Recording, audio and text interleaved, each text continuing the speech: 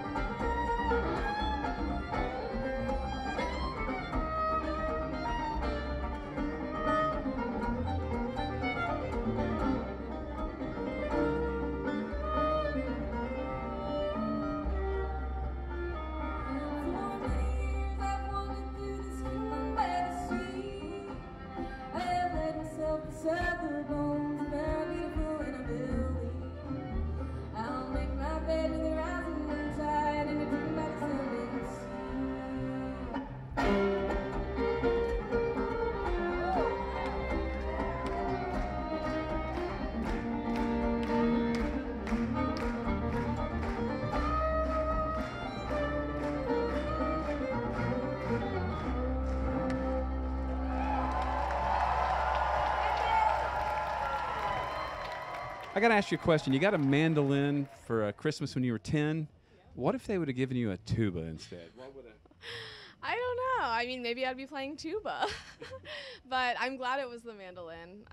I had grown up listening to it. My parents are big music lovers, so I always remember hearing the sound of the mandolin. So when I actually had one in my hands, I was like, oh, this is very cool. And I think being a small 10-year-old girl, the size of the instrument really fit me. Yeah, and do you find that you in particular young girls see you play and go, hey, you know, I'm not going to get a tuba. After all, I'm going to get a mandolin or not a guitar or something. Yeah, I mean, I've been really lucky, especially over the last year, you know, having a lot of young musicians coming up to me after shows saying they've been really influenced by it. And that's kind of the best, you know, because that's where I was like 10 years ago with all of my musical heroes. So it means a lot to kind of have that come full circle. And when you played the Tiny Desk concert, what kind of guitar thing was that? That was a beautiful sounding instrument, but I can't say that I recognized it. Yeah, it's pretty cool. It's by this guy Fletcher Brock, and it's an octave mandolin. So a lot of people think it's a guitar, but it is actually a mandolin, and it's tuned an octave lower, and then the 2G and 2D strings are octaves apart as well. So you played Bonnaroo, what, 4 years ago? And here you are again. Lots changed. What does it feel like this time? Well, I played it 2 years ago and then 4 years ago also, so this is my third. But it's just awesome. It's kind of nice having been here a few times already, just kind of knowing the ropes and settling into it a little easier. And it's great. I think the cool thing about this festival is that there's just so many kinds of music. Like today is the Bluegrass Situation stage, and haven't heard a lot of acoustic music this weekend, so it's nice to get a chance to hear some different stuff. What's something that you've been able to catch or see that you've enjoyed? Oh goodness, I saw Ice Cube the other day. That's probably like one of those only at Bonnaroo kind of things that I would see. Lionel Richie last night was amazing. I think that was maybe my favorite thing so far. Yeah. And what does the rest of your 2014 look like? Because you've had a big year, and with the Emmy nominations and things like that. What's down the pike? Well, just pretty much touring full time. Now that I'm not in school anymore, I can devote all my time to that. So touring full time through the end of the year. I'm going to be opening some dates for Nickel Creek, which I'm really excited about, and also touring in the UK next month. So it should be good. All right, well, I'm going to go out and buy my niece an octave mandolin. Is that Yeah. Maybe I'll buy me an octave mandolin and then get her one later if it works out. Well, thanks a lot for talking to us. Thanks so much. Just when you start to look away.